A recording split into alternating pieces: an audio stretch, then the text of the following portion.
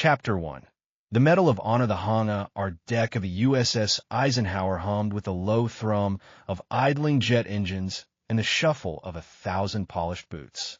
Rows of sailors in dress whites stood at attention, their faces rigid masks of ceremonial deference. Overhead, the massive steel rafters glinted under the hot RSH klieg lights, casting long shadows across the polished floor. The air smelled of jet fuel, floor wax, and the RP tang of nervous sweat. Admiral Warren Cole stood at the center of the dais, his chest heavy with metals that caught the light and scattered it like RDS of glass. He was a tall man, broad-shouldered, with a jaw that could cut steel and eyes the color of a winter Atlantic. He looked out at the assembly, but he did not see them. He saw the empty space beside him where his wife should have stood. He saw the row of empty chairs reserved for his children, who had declined to attend. He saw the man approaching the podium, Vice Admiral Marcus Webb, his protege, his friend of 20 years, the man he had pulled from a burning helo in the Gulf of Aden. Marcus Webb was a compact man, all-coiled energy and predatory smile. He wore his dress blues like a second skin, and when he reached the microphone, his voice filled the hangar with practiced ease. Ladies and gentlemen, distinguished guests, members of the United States Navy, Webb began, his eyes scanning the crowd before settling on Cole with something that looked like pity. We are regathered here today to honor a legend, to celebrate a career that spans 4 decades of service to this great nation. The words were correct. The tone was correct. But Cole felt the shift in the air, like a barometric drop before a storm. He had seen Webb deploy this while RMTH before. In briefings, in negotiations, in the moment before he gutted an adversary with surgical precision. Admiral Warren Cole. Webb continued, gesturing with an open hand. Tower, RD, the man on the dais. 4 STAR, Commander of Allied Joint Forces Command, recipient of the Distinguished Service Cross, the Silver STAR, and 3 Purple HERTS. A man who has never, in 40 years, asked for anything but the opportunity to serve. The crowd murmured their approval. Cole remained still. His hands rested at his sides, fingers lightly touching the seam of his trousers. He had been standing for 47 minutes. His lower back ached, the old wound from Fallujah throbbing with the consistency of a metronome. Webb paused. He took a sip of water from the glass on the podium. He let the silence stretch, a showman's trick, and when he spoke again, his voice had dropped to a register of red confidence. However, Webb said, and the word landed like a grenade in the aisle, the nature of truth is that it eventually surfaces. And in the spirit of full transparency, I must inform this assembly that the citation for Admiral Cole's most recent commendation, the Medal of Honor nomination submitted by this very command, has been withdrawn. A ripple went through the crowd. Sailors shifted their weight. A woman in the front row, a congresswoman, leaned 4-way RD and whispered to her aide. Cole did not move. He had known. He had known when Webb had called him into his office 3 days ago, all regret and folded hands, and shown him the memo from the Inspector General's office. The memo had cited irregularities in operational reports from Operation Desert Lion. Irregularities that Webb himself had signed off on 2 years ago. The withdrawal is pending a full review of certain operational decisions made during the campaign in the Horn of Africa, Webb said, his voice now carrying the weight of judicial authority. Decisions that, in hindsight, may have placed coalition forces at unnecessary risk. Decisions that were made unilaterally, without consultation of the Joint Chiefs. The word unilateral drew a RP inhale from the senior officers in the front row.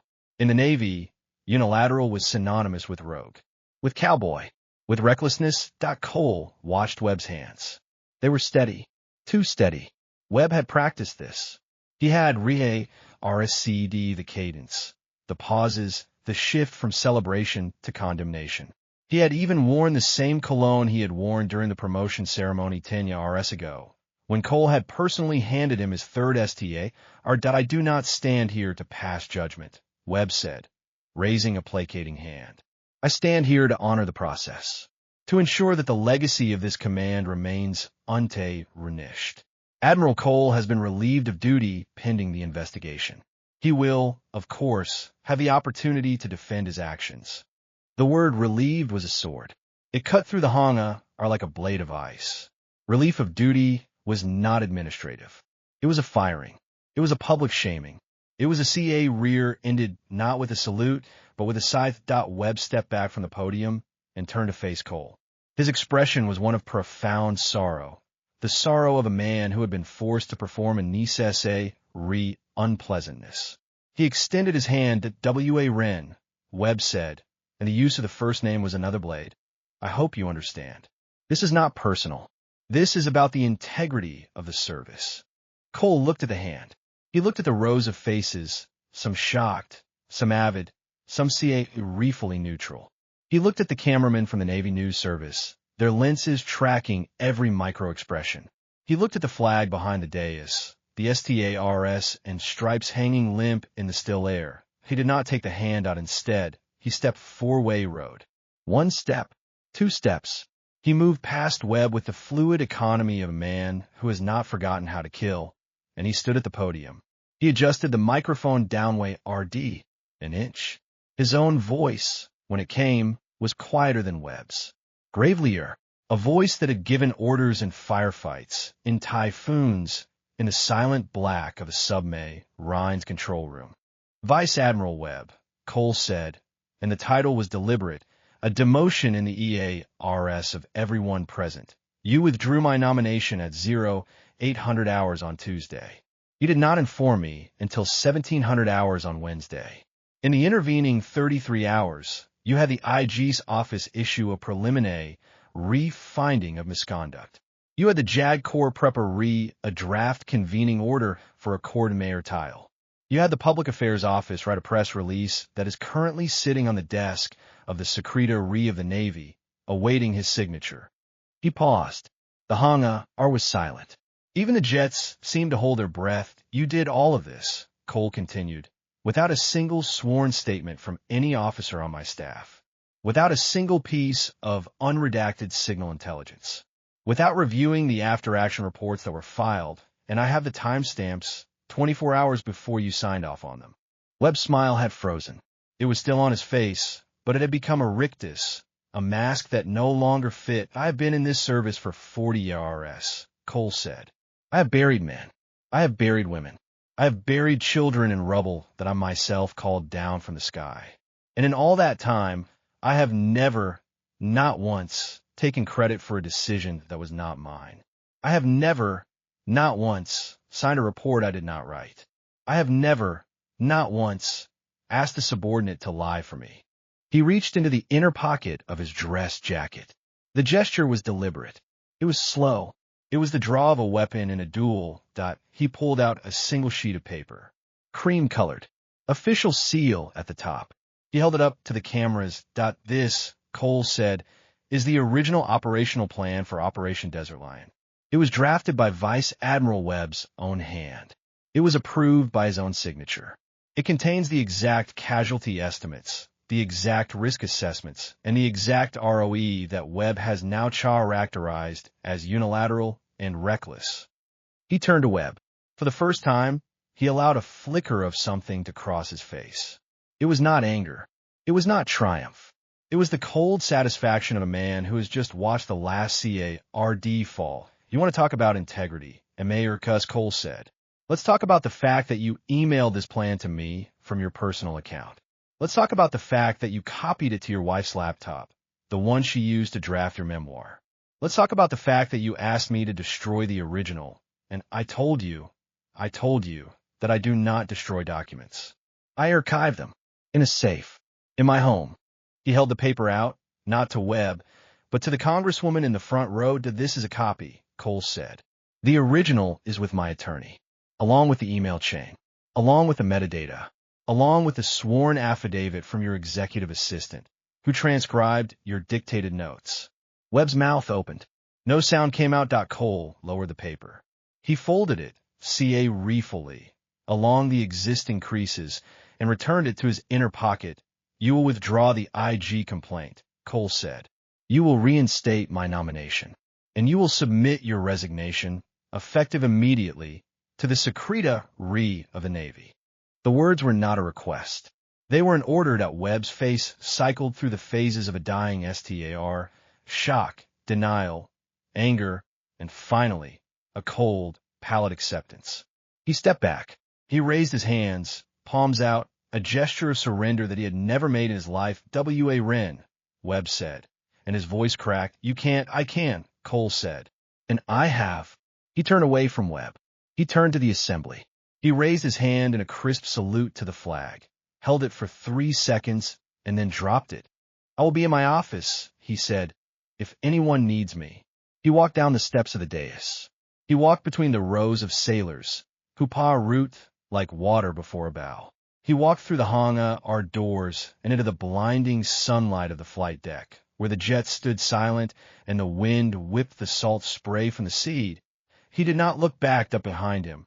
The hangar erupted into chaos. Webb was shouting. The Congresswoman was on her phone. The cameramen were scrambling to capture the aftermath.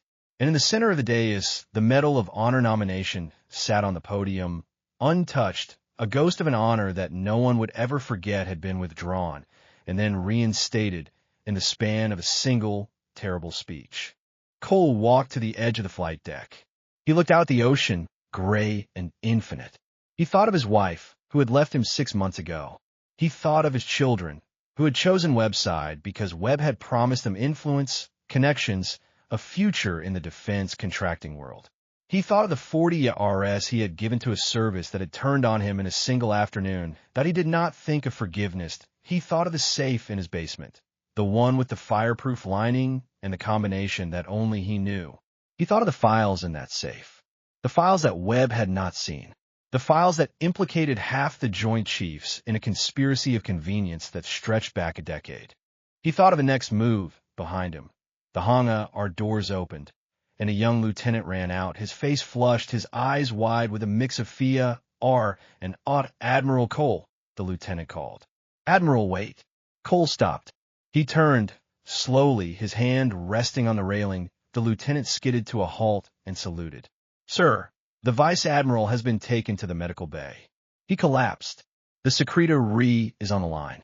He wants to speak to you." Cole looked at the lieutenant. He looked at the ship. He looked at the horizon, where a storm was gathering, dark and slow. "No," Cole said as he walked away. He walked to the edge of the deck, where the helicopter waited, rotors already turning. He climbed into the cabin, strapped himself into the seat, and pulled the headset over his ears. "To take me home," he said to the pilot. The helicopter lifted off. It banked over the rear, over the chaos, over the shattered remains of Marcus Webb's rear, and it flew toward the coast. Cole closed his eyes, but he did not sleep. He planned. The safe in the basement was a massive steel monolith, bolted to the concrete floor. It had been installed by the previous owner of the house, a retired CIA officer who had left behind a legacy of paranoia and an instruction manual that Cole had read twice and memorized. The combination was not a set of numbers. It was a sequence of words, a sentence from a book that his father had read to him as a child. "The sea is never wrong." He spun the dial. Left to 46, right to 22, left to 8. The lock released with a heavy thunk. Inside, the safe was a museum of leverage. Folders stacked in neat rows. USB drives in a fireproof pouch. A leather-bound notebook, its pages filled with dates and names and dollar amounts, all written in a hand that was not his own. He had collected these over the years, not with the intention of using them, but with the understanding that in his world, information was the only currency that never devalued. He pulled out the folder labeled Webb and Marcus. It was thick.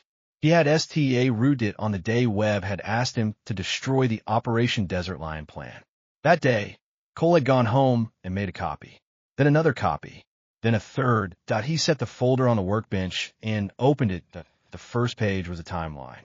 Webb's rear, annotated with bullet points that told a different story than the official record.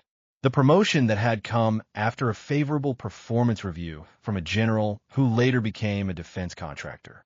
The commendation that had followed a testimony before a Senate committee testimony that had conveniently omitted the civilian casualties in a drone strike. The security clearance that had been expedited after a donation to a senator's re-election campaign. Cole flipped to the second page. It was a photograph, grainy, taken from a surveillance camera in a hotel lobby. Webb, shaking hands with a man in a suit. The man was not in uniform. The man was a procurement officer for a Middle Eastern ARMS dealer.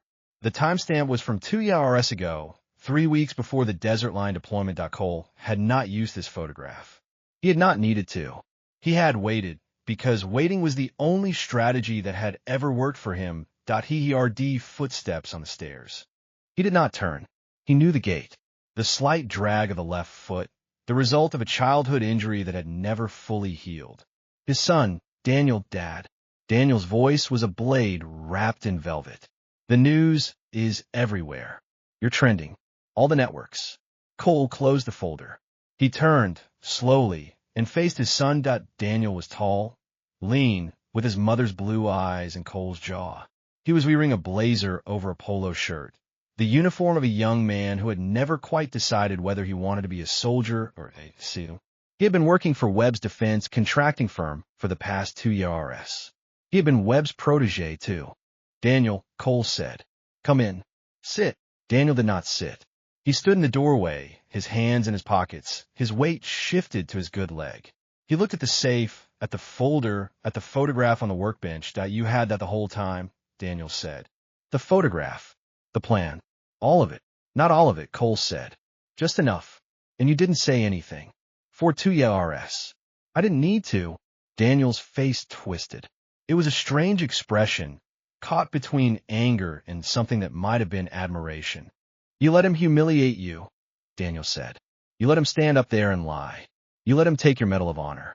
I let him talk, Cole interrupted. I let him make his case. And then I made mine. Daniel stepped into the room.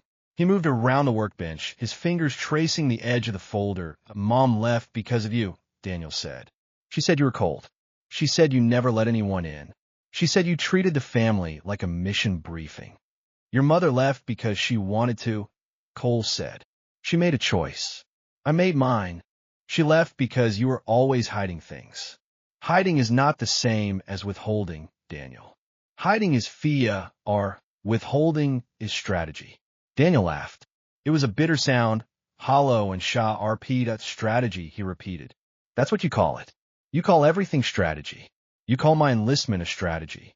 You call my mariage a strategy. You call my job a strategy.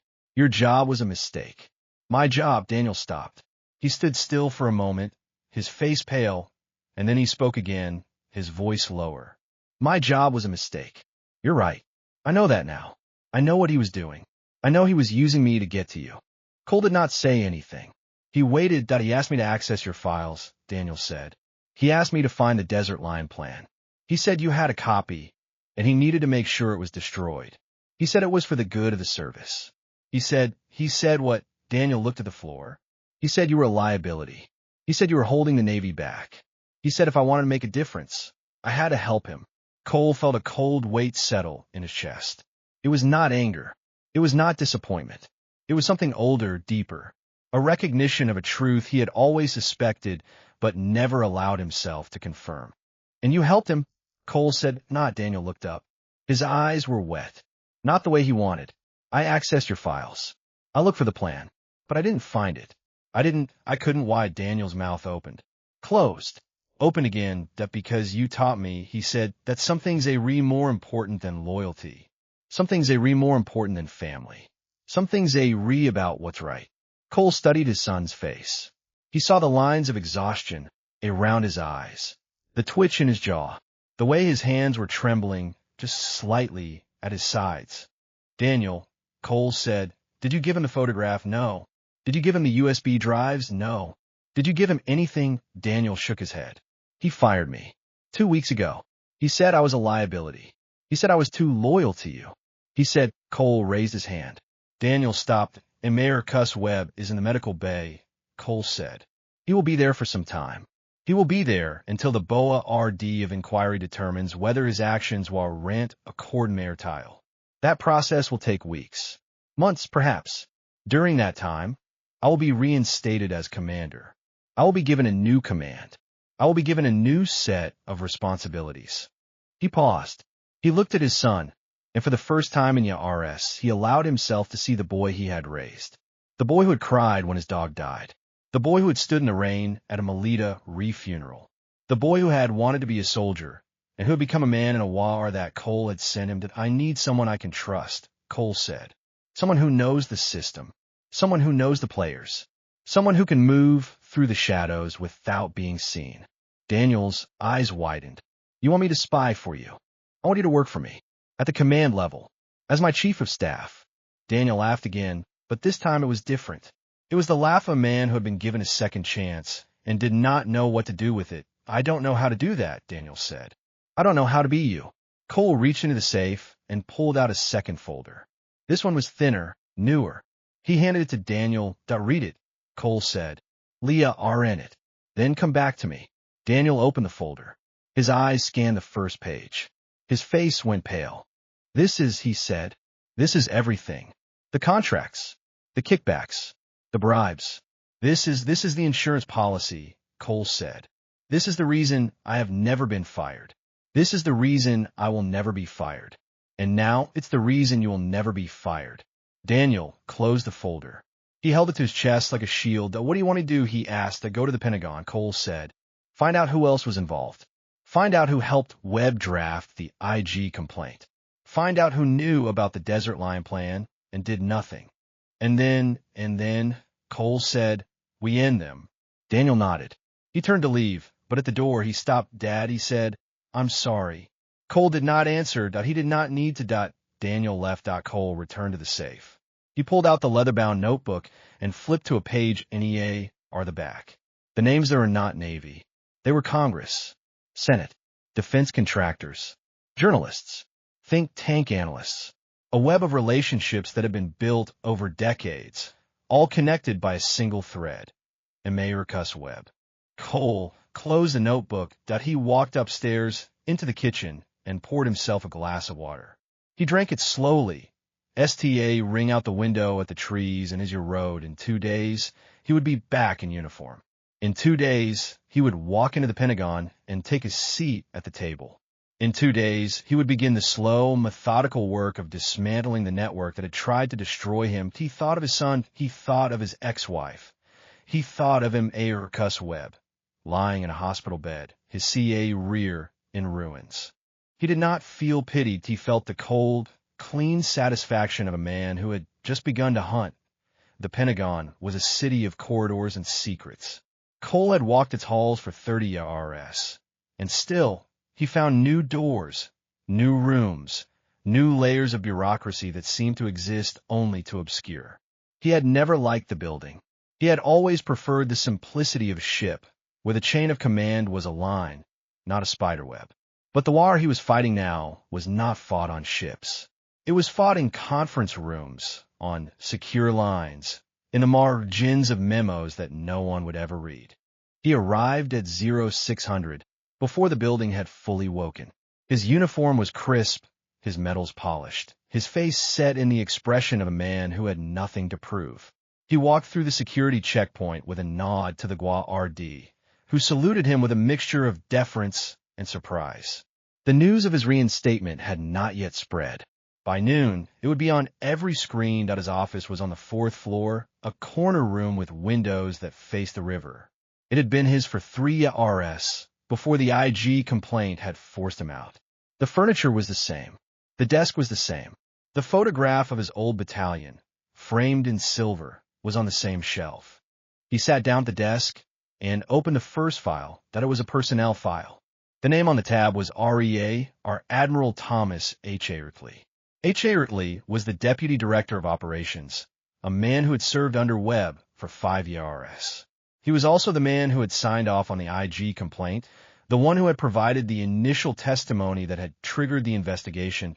Cole read the file fully. H. Airtley had joined the Navy in 1992. He had risen through the ranks on a trajectory that was steady but unremarkable. He had served in the Gulf, in Afghanistan, in the Pacific. He had never commanded a ship. He had never led troops in combat. He had, However, served on Webb staff for 5 years. Cole made a note on a legal pad.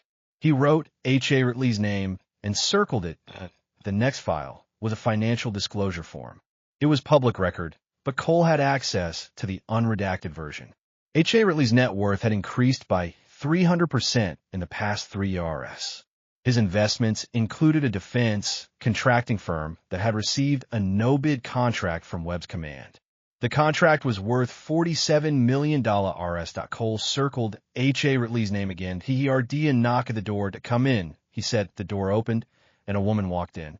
She was tall, with iron-gray hair and eyes that had seen too much.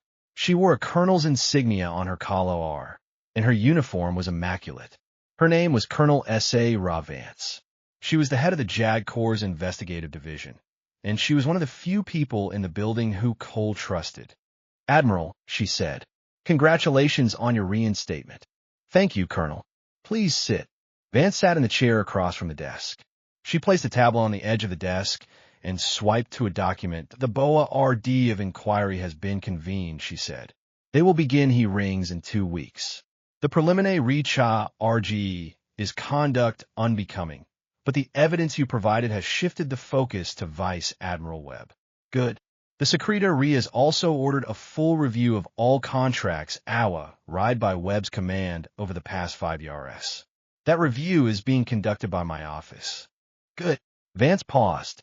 She looked at Cole with an expression that was hard to read. "There is another matter," she said.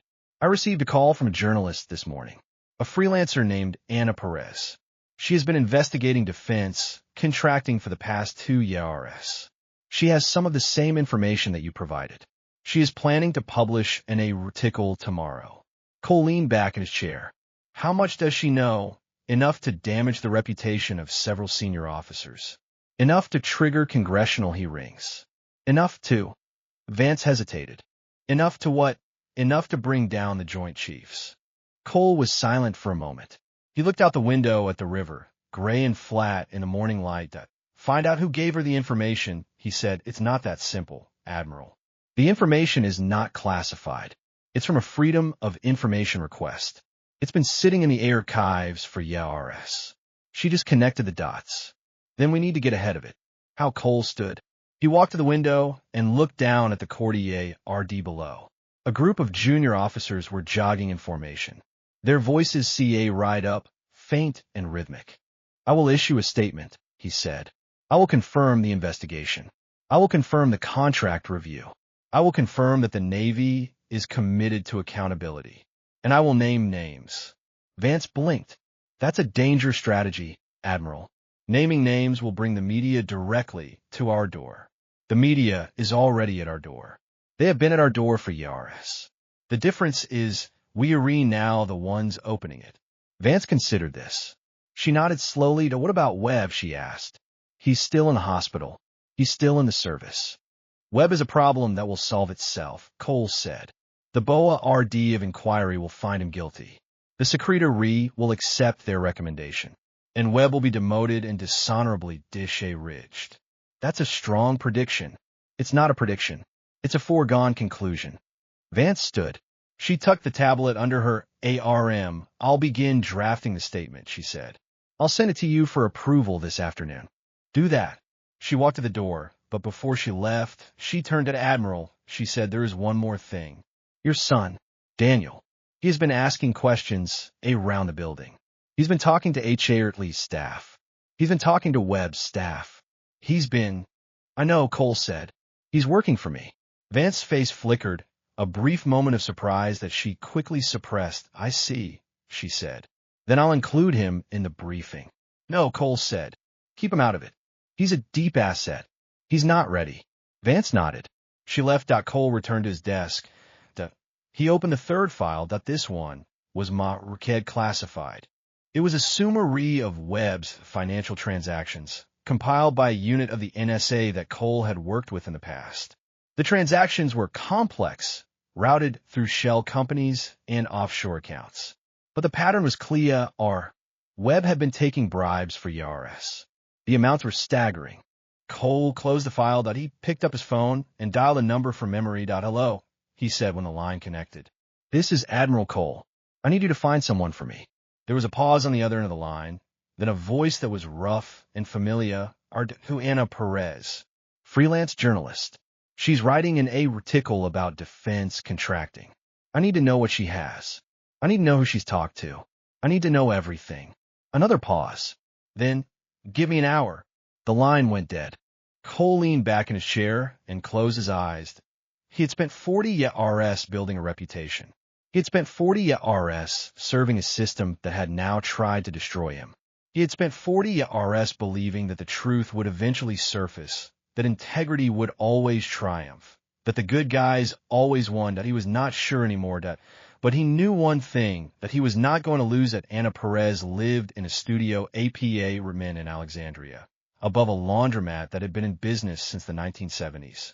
She was in her mid-30s, with the arcade hair that she cut herself and a wardrobe that consisted mostly of jeans and black t-shirts. She had won a Pulitzer for her coverage of the Afghanistan withdrawal, and she had a reputation for being relentless, dangerous, and impossible to intimidate. Cole knocked on her door at 10 p.m. She opened it, looked at him, and did not seem surprised. "Admiral Cole," she said. "I was wondering when you'd show up. Can I come in?" She stepped aside. The apartment was cluttered. Stacks of newspapers and magazines covered every surface. A laptop was open on the kitchen table, its screen glowing with a document that Cole could not read. A cup of coffee sat beside it, cold and black. "Sit down," Anna said. "I'll make another pot." "I don't want coffee." "Then sit down anyway." Cole sat on the edge of a chair that was piled with notebooks. He moved them to the floor. "Colonel Vance called you," Anna said. "She told you about my article." "Colonel Vance told me you had information. She did not tell me what it was." Anna leaned against the counter. Her arms were folded. Her eyes shot RP and assessing. "I've been investigating Webb for 2 years," she said. "I have documents. I have witnesses. I have everything I need to bring him down. But I also have something else." "What? I have you." Cole did not react. He had expected this, that you were the one who gave me the initial tip, Anna continued. "The FOIA request, the financial disclosure forms, the contract records. You were the one who set me on this path." "I don't know what you're talking about," Cole said. "Sure you don't." She laughed. "It's okay, Admiral. I'm not going to burn you. I'm not going to reveal my sources. But I need to know one thing." "What's that?" "Why did you wait so long?" Cole was silent. He had asked himself that question 1,000 times. He had asked it in the dark hours of the night, when he could not sleep and the memories of the dead kept him company. He had asked it when he had watched Webb take credit for his work, when he had seen Webb's face on the covers of magazines, when he heard Webb's voice on the news, praising the service while he picked its pockets. "I waited," Cole said, "because I needed to be sure." "Sure of what?" "Sure that I had the right man. Sure that I had the evidence. Sure that I could win." Anna nodded slowly. She seemed to understand. "That you're a cautious man," she said. "I respect that. Most people in your position would have pulled the trigger immediately. Most people in my position would have lost." Anna walked to the table. She picked up the laptop and turned it so Cole could see the screen. "This is my draft," she said. "It's not finished yet. I have more sources to interview, more documents to verify. But the core of it is here. Webb's network, the bribes, the contracts, the cover-ups. It's all here." Cole read the first few paragraphs. His eyes moved quickly, scanning the words, absorbing the details. "Your sources," he said. They reliable, 3 of them former officers. 2 whistleblowers from the contracting firms. 1 is a retired congressman.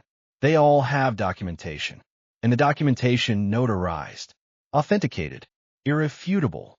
Cole looked up from a screen. "You're going to publish this," he said, "tomorrow at noon.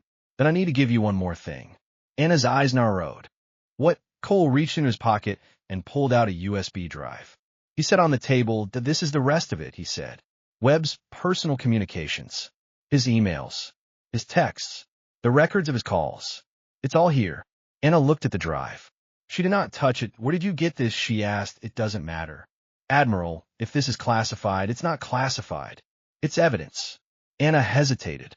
Then she picked up the drive and inserted it into her laptop. She opened the folder and began to scroll. Her face changed. The skepticism melted away. replaced by something that looked like, oh, she breathed. This is incredible. How did you? It took me to ya RS, Cole said. It took me to ya RS in every contact I have. But I got it. Anna looked at him. Her eyes were bright, intense. You're giving me the smoking gun, she said. You're handing me the whole case on a silver platter. I'm handing you the truth, Cole said. What you do with it is your choice. Anna closed the laptop. She stood up and walked to the window, looking out at the street below. It's not that simple, she said. Publishing this will STARTOR. It will destroy CA rears. It will end lives. It will bring accountability, Cole interrupted. It will show the country that the system works. It will prove that no one is above the law. Anna turned. She looked at him with an expression that he could not read. You're a dangerous man, Admiral Cole. I'm a nice SA re-man. She laughed. It was a RP brittle sound. Okay, she said. I'll publish it. But I need your help. What kind of help? I need you to go on the record. I need you to confirm the information. I need you to be a source. A named source. Cole considered this. He had never spoken to the press. He had always believed that the uniform spoke for itself. Give me one reason why I should, he said. Because Webb is not the only one, Anna said. His network is bigger than you think. It includes senators. It includes generals. It includes people you trust. People you served with. People you fought with. Name one. General James Kowalski. Cole felt the name land like a punch to the gut. Kowalski was a friend. He had served with him in Desert Storm. He had been the best man at his second wedding. He had stood beside him at the funeral of his son, Kowalski, Cole repeated. You're sure? I have the documents. I have the records. I have the evidence. Cole stood. He walked to the window and looked out at the same street that Anna had been looking at. He's the Secretary of the Joint Chiefs, Cole said. He's one of the most powerful men in the world. He's also a criminal, Anna said. And he's Webb's partner. Cole was silent. You need to do this, Anna said. You need to go on the record. You need to be the face of this investigation. Because if you don't, they will bury it. They will bury me.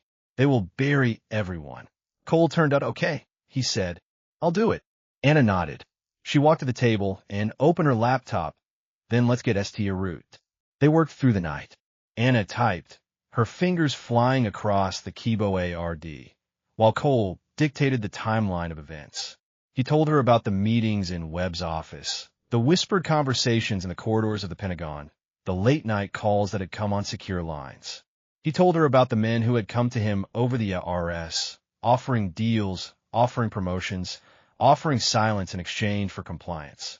He told her about the ones he had refused out by dawn. The article was finished. Anna read it aloud, her voice steady and clear. It was a masterpiece of investigative journalism. It named names. It laid out the evidence. It built a case that no one could ignore. Cole listened. He felt a strange sense of peace, a calm that he had not felt in RS. When do you publish? He asked. Tomorrow at noon, Anna said. The website will go live. The print edition will hit the stands in the morning. It will be everywhere. Cole nodded. I need to go, he said. I have a meeting with the Secretary at 0800. Anna stood. She extended her hand. Thank you, Admiral. For everything. Cole took her hand. Her grip was firm, her eyes unwavering. Don't thank me yet, he said. The RT is just beginning. He walked out of the APA Mint and into the gray morning light. The street was quiet, the city still asleep.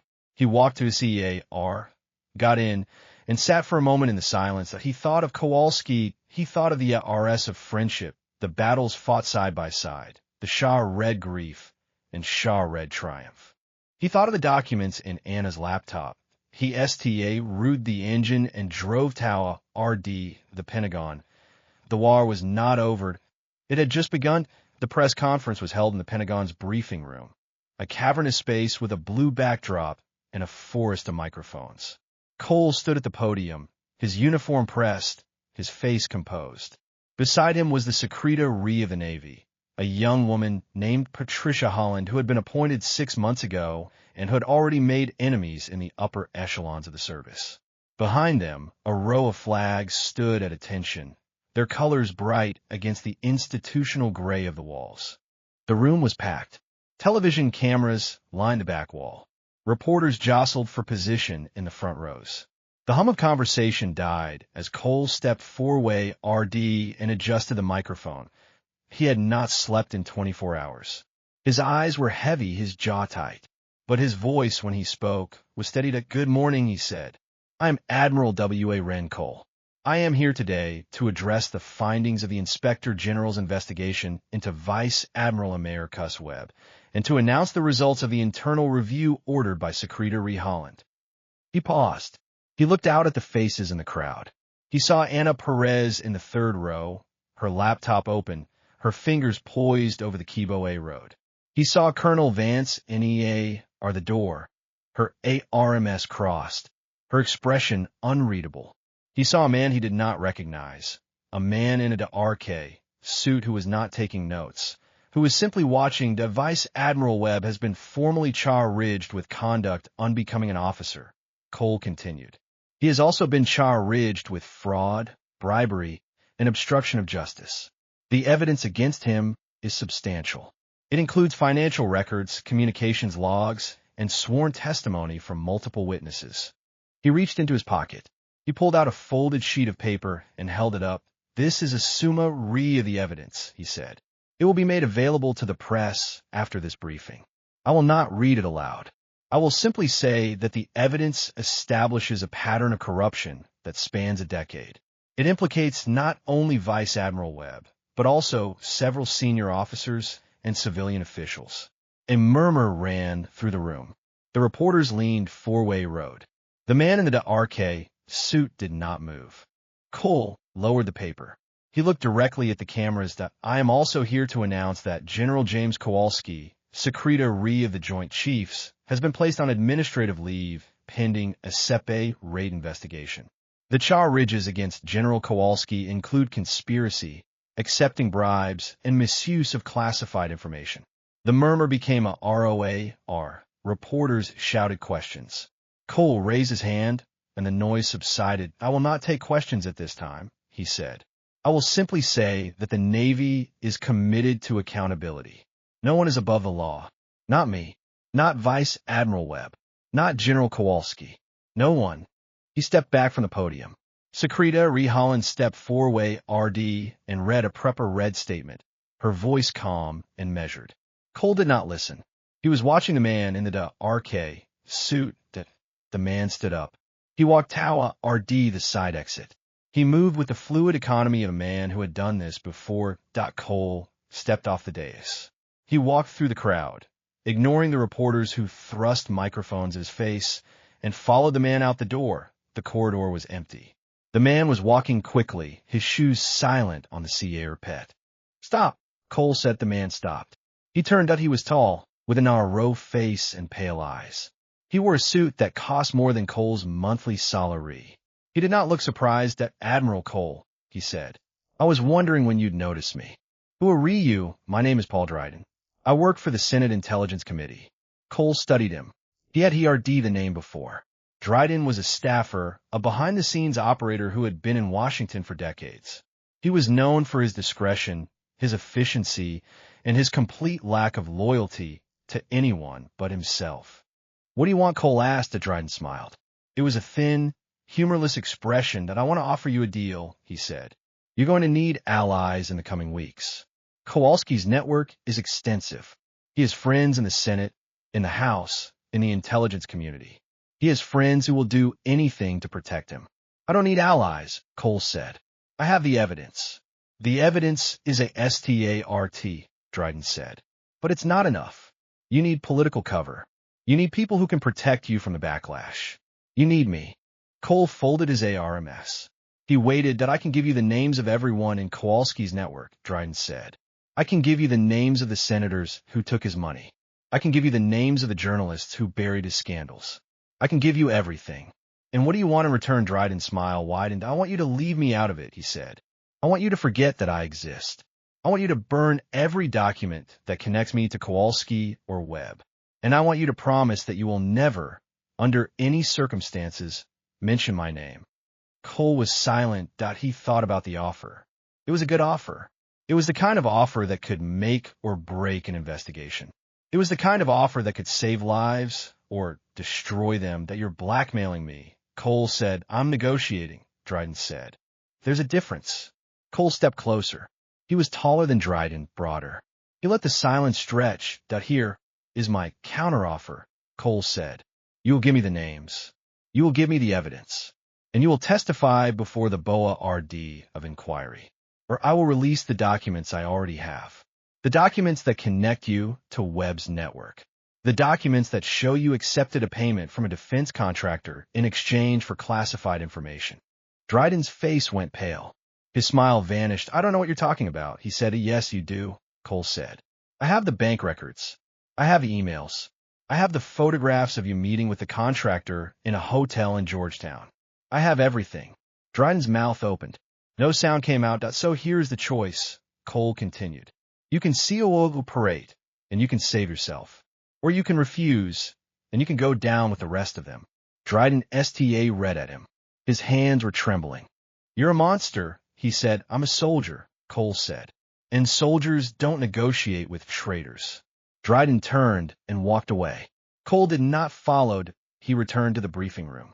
The press conference was over. Secretary Holland was surrounded by aides, her face flushed with the exertion of the event. Colonel Vance was waiting for him by the door. Admiral, she said, we need to talk. Later, Cole said. This can't wait. Cole stopped. He looked at her. Her face was grim. General Kowalski has a red, she said. He left his office this morning. He did not check in with security. He did not take his CAR. He is gone. Cole felt the cold weight settle in his chest again. Find him, he said. We're trying. But there's more. What, his wife? His children? They're gone too. The house is empty. The neighbors say they left in the middle of the night. Cole closed his eyes. He had expected something like this. He had known that Kowalski would not go quietly. But he had not expected him to run.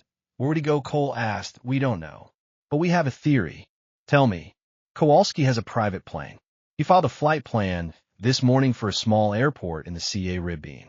We've already notified the authorities. But it might be a ruse. Cole nodded. He thought about the man he had known for 30 years. He thought about the battles they had fought, the victories they had shared, the losses they had mourned. He thought about the betrayal. He's not running, Cole said. He's going ground. He's going to wait until the storm passes, and then he's going to come back. That's what we're afraid of. Cole looked at the clock on the wall. It was 10 a.m. Give me a list of every asset Kowalski has, he said. Every bank account, every property, every contact. I want to know where he is going before he gets there. Vance nodded. She turned to leave. Colonel, Cole said. She stopped. Don't tell anyone about this, he said. Not the press. Not the staff. Not even the secretary. This stays between us. Vance looked at him. She understood. Yes, Admiral, she said. She left. Cole stood alone in the corridor. The noise of the briefing room was fading behind him. The cameras were being packed away. The reporters were filing out. He thought about Dryden. He thought about Kowalski. He thought about the network that had tried to destroy him. He thought about the next move. He walked to RD's office. The hunt was on at the safe house, was a 2-story brick building in a suburb of Baltimore, surrounded by oak trees and chain-link fences. It had been used by the Navy for decades, a place where witnesses could be hidden and operations could be planned in absolute secrecy. Cole had been there only once before, during the planning stages of Desert Lion. He remembered the smell of the place, dust, old coffee, and the faint metallic tang of encrypted electronics. He arrived at 3 a.m. The streets were empty, the houses RK. He parked in the GA Rage and walked through a side door into the main room. The lights were already on. A table in the center of the room was covered with maps and photographs. A white BOA-RD on the wall was filled with names, connected by lines, and a rose. Daniel was standing by the white BOA-RD, a marker in his hand. He looked up when Cole entered. He's in Cuba, Daniel said. Not officially. He flew into a private airstrip NEA, or the coast. He's staying at a villa owned by a front company. The company is registered in Panama. The owner is a shell. Cole walked to the table. He looked at the photographs. Kowalski in a suit, getting out of CAR, Kowalski on a boat, the sun behind him. Kowalski shaking hand with a man whose face was blurred. How did you find this? Cole asked. I followed the money, Daniel said. Kowalski's wife made a withdrawal from a joint account 3 days ago. It was a small amount, nothing suspicious. But she made it at a branch in a town NEA or the airstrip. I cross-referenced the flight plan with the withdrawal and came up with the villa. Cole nodded. He looked at his son. Daniel had been working for 3 days straight. His eyes were red, his jaw shadowed with stubble. But his hand was steady, his voice clear. Good work, Cole said. Daniel turned back to the White Boa Road. He added a name to the network. A Cuban contact, a former intelligence officer who had worked with Kowalski in the 1990s. That Kowalski is not alone, Daniel said. He has a team. For men. Former special forces. They're protecting him. They're Aramed. They're professional. How do you know this? I have a source. A former colleague from my contracting days. He works for the same firm that Kowalski uses. He sent me photos of the villa. There are Rigua RDS at every entrance. There are cameras everywhere. There's a boat docked at the back, ready to go. Cole studied the photographs. The villa was isolated, surrounded by jungle. The NEA rest town was 10 miles away. The roads were unpaved. The only way in or out was by air or sea. We can't go in hot, Cole said. We don't have the authority. We don't have the jurisdiction. Then what do? We wait. Daniel put down the marker. He turned to face his father. Wait for what? He asked. He's getting away. He's going to sap AR. He's going to make a mistake, Cole interrupted. He always does. He's arrogant. He thinks he's untouchable. He thinks he can outrun this. And what if he's right? Cole walked to the window. He looked out at the RK street. He's not right, he said. He's just not right. His phone buzzed. He pulled it out and looked at the screen. It was a text from Colonel Vance. Kowalski has made contact. He wants to negotiate. Cole STA read at the screen. He read the message again. Negotiate what? Daniel asked. Cole handed him the phone. Daniel read the message. His face redeeming. He's trying to buy time, Daniel said. He's trying to cut a deal. Probably, Cole said. But we need to find out what he's offering. He typed a reply to Vance. Set up a meeting. I'll be there. The phone buzzed again. Tomorrow. 0800. Location to follow. Cole pocketed the phone. I need you to stay here, he said to Daniel. I need you to monitor the villa. I need to know if he moves. I need to know if he tries to leave. What are you going to do? I'm going to meet him. I'm going to see what he wants. Daniel stepped 4-way road. He put a hand on his father's arm. Dad, he said, BCA refill. He's desperate. Desperate men do desperate things. Cole looked at his son. He saw the fear in his eyes. He saw the determination. I know, Cole said. That's why I'm going. He left the safe house at 4 a.m. He drove through the empty streets, his mind racing. He thought about Kowalski. He thought about their history. He thought about the moment when everything had changed. They had been friends. They had been brothers. They had fought together, bled together, buried their dead together. And then Kowalski had chosen Webb. He had chosen the money. He had chosen the power. Cole did not understand it. He had never understood it. He had spent years trying to reconcile the man he had known with the man he had become. He pulled into the parking lot of the diner on the outskirts of Baltimore. The diner was open 24 hours, a relic of a different era. He ordered coffee and sat in a booth by the window. He watched the sun rise over the city. He watched the commuters begin their day. He watched the world wake up, oblivious to the war that was being fought in its shadows. But his phone buzzed again. A text from an unknown number. Meet me at the pier. Old Town, Alexandria. 8 a.m. Come alone. Cole read the message. He typed a reply. I'll be there. He finished his coffee and left. The pier was empty. The water was gray and still. A single boat was tied to the dock, a small cabin cruiser with a faded blue hull. Cole walked down the gangplank and stepped onto the deck. Kowalski was waiting for him in the cabin. He looked older. His hair was thinner, his face more lined. He was wearing civilian clothes, a polo shirt and khakis. He looked like a retired businessman, not a general. W.A. Wren, he said. Thank you for coming. Cole sat down across from him. He did not shake his hand. You wanted to negotiate, Cole said. I'm here. Talk. Kowalski nodded. He reached for a bottle of whiskey on the table. He poured 2 glasses and pushed one tower. R.D. Cole, I'm not here to drink, Cole said. Kowalski put down the bottle. He leaned back in his chair. I want to make a deal, he said. I want to see a little parade. I want to testify against Webb. I want to give you everything you need to bring him down. Why? Because I know what's coming. You're going to destroy me. You're going to ruin my reputation. You're going to take everything I've built. And I can't let that happen. Cole STA read at him. He saw the fear are in Kowalski's eyes. He saw the desperation. Webb is already finished, Cole said. He's in the hospital. He's facing a court MA trial. He's going to spend the rest of his life in prison. I don't need you to testify against him. I already have the evidence. Kowalski's face went pale. He picked up the whiskey and drank it in one swallow. Then, what do you want? He asked. I want you to surrender, Cole said. I want you to turn yourself in. I want you to face justice. Kowalski laughed. It was a hollow, bitter sound. You don't get it, W.A. Wren. You never did. This isn't about justice. This is about power. This is about survival. If I turn myself in, I'm dead. I'll be in prison for the rest of my life. I'll lose everything. My family, my money, my freedom. You should have thought about that before you took the bribes. Kowalski slammed his fist on the table. The glasses rattled. I did it for them, he shouted. My family, my children, my grandchildren.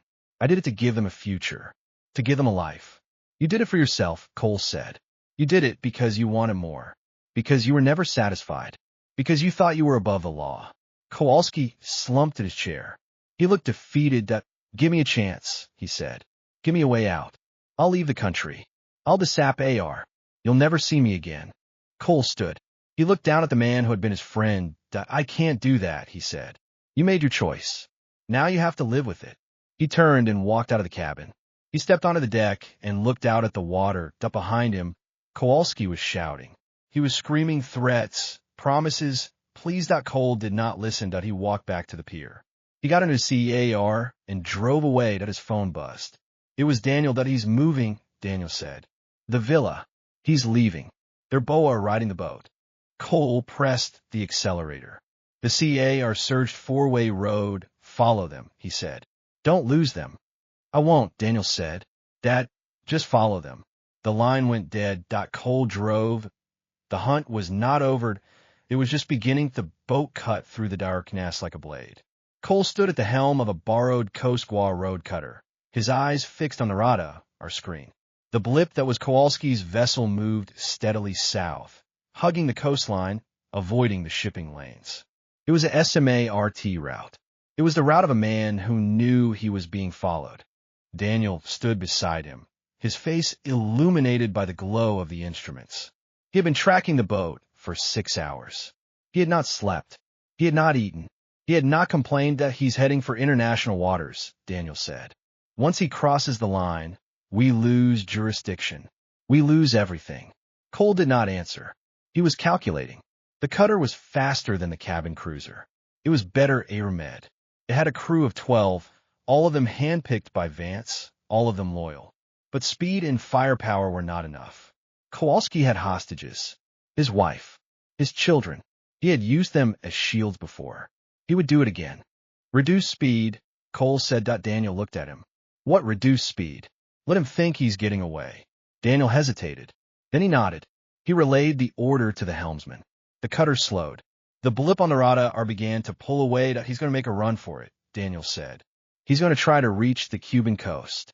Let him. Cole walked to the communication station. He picked up the encrypted handset and dialed a frequency he had memorized hours ago. The line crackled. A voice answered. Admiral Cole, I was wondering when you'd call. The voice was familiar. It was Dryden, the Senate staffer.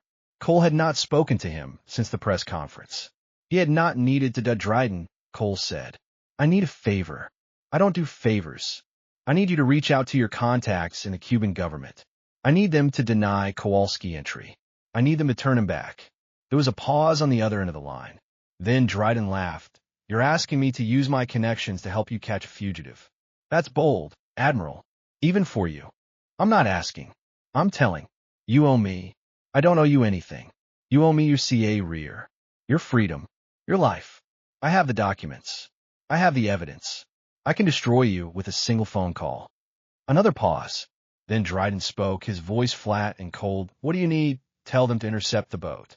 Tell them to detain everyone on Boa Road. Tell them to hold them until I arrive. And what if they refuse? Then you'll have to be persuasive. The line went dead. Cole put down the handset. He turned to Daniel. Get the crew ready, he said. We're going in. The cutter accelerated. The blip on the radar grew larger. Cole could see the cabin cruiser now, a small shape on the horizon. It was moving fast, its wake churning the water. Kowalski's boat slowed. It turned. It began to head back. Tower, RD, the cutter. He's seen us, Daniel said. That I know. Cole walked to the bow. He raised a pair of binocles RS and focused on the cabin cruiser. He could see Kowalski standing on the deck, his hands raised. He could see his wife, cowering in the cabin. He could see his children, their faces pale with fear. The boats converged. Cole signaled for the cutter to stop. He stood at the rail, waiting. Kowalski's boat pulled alongside. He did not look like a general anymore. He looked like a broken man, his clothes disheveled, his face hag-a-road. He stepped onto the deck of the cutter, his hands still raised. W.A. Wren, he said. You won. Cole did not answer. I'm turning myself in. Kowalski continued. I'm done running. I just want to stop. Cole looked at him. He looked at the man who had been his friend, his brother, his comrade in ARMS. He looked at the man who had betrayed him. You're not turning yourself in, Cole said. You're surrendering because you have no other choice. There's a difference. Kowalski lowered his hands. He looked at the deck. What happens now, he asked. Now, Cole said, you face justice. He turned to Daniel. Secure him. Read him his rights. Take him to the brig. Daniel stepped four-way road. He took Kowalski by the ARM and led him away. Kowalski did not resist. Cole watched them go. He watched the cabin cruiser, now empty, bobbing in the water. He watched the sun rise over the horizon, painting the sky in shades of orange and red. He thought about the long road that had led him here. The RS of waiting. The RS of planning. The RS of watching the men he trusted turn into strangers. He thought about the files in his safe. The files that he had not yet used.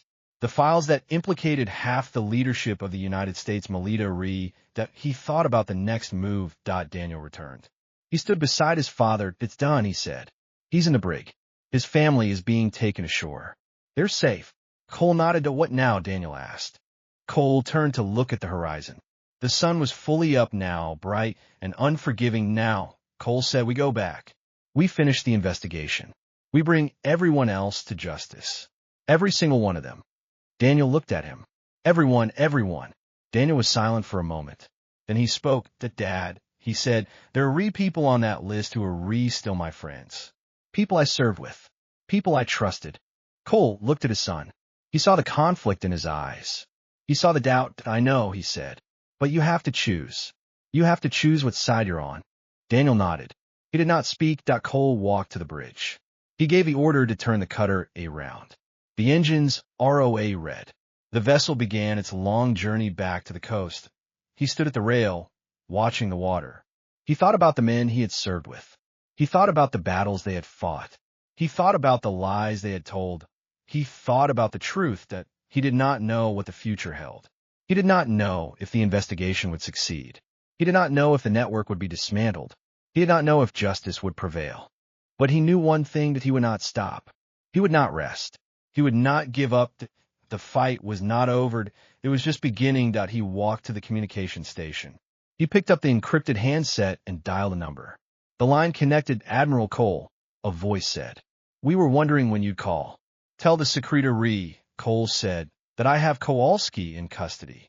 Tell him the investigation is proceeding. Tell him we're coming for the rest of them. There was a pause on the other end of the line. And then what? The voice asked. Cole looked out at the water. The cutter was moving fast, the wind whipping his hair. He thought of the long road ahead, and then he said, we ended. He put down the handset. He did not say goodbye. He did not watch Kowalski being led off the cutter. He did not watch the news crews that SWA remed the pier when they docked. He did not watch the secretary's face when she received the report that the fugitive was finally in custody. He walked past them all, through the chaos, through the shouted questions, through the blinding GLA of the cameras, and he got into his CAR. He drove home that the house was empty. The safe was still in the basement, its contents undisturbed. He walked past it and went to the kitchen. He poured himself a glass of water and stood at the window, looking out at the road. The trees were green. The grass needed cutting. The world was still turning. His phone buzzed. He did not answer it. He knew who it would be. Vance. The secretor Dryden. They all wanted something. They all had questions. They all needed him to take the next step, to sign the next document, to approve the next operation. He turned off the phone. He walked upstairs, to the bedroom that had once been his and his wife's. The sheets were still on the bed. The photographs were still on the dresser. He looked at the face of the woman who had left him, and he felt nothing. He sat down on the edge of the bed. He thought about the files in the safe. He thought about the network he had uncovered. He thought about the senators, the contractors, the journalists, the generals. He thought about the web of corruption that stretched from the Pentagon to the White House to the farthest corners of the world. He thought about the fight ahead. He had won this battle. He had taken down Webb. He had taken down Kowalski. He had exposed their crimes to the world. But the war was far from over. The network was still there, wounded but not dead. They would regroup. They would counterattack. They would try to destroy him. He did not see He stood up. He walked to the closet and pulled out a duffel bag. He filled it with clothes, with documents, with the things he would need. He did not know where he was going. He did not know how long he would be gone. He knew only one thing. He was not done. He ride the bag downstairs and set it by the front door. He walked back to the kitchen and looked at the clock. It was 11 p.m. The night was quiet. The house was still. He picked up his phone and turned it on. There were 47 messages. He deleted them all without reading them. He dialed a number he had not used in 5 years. The line connected at Admiral. A voice said, "We've been waiting." "I know," Cole said. "Tell me where to go." The voice gave him an address. He wrote it down on a scrap of paper, folded it, and put it in his pocket. He hung up the phone and walked to the front door. He picked up the duffel bag and slung it over his shoulder. He stepped out into the night. He did not look back.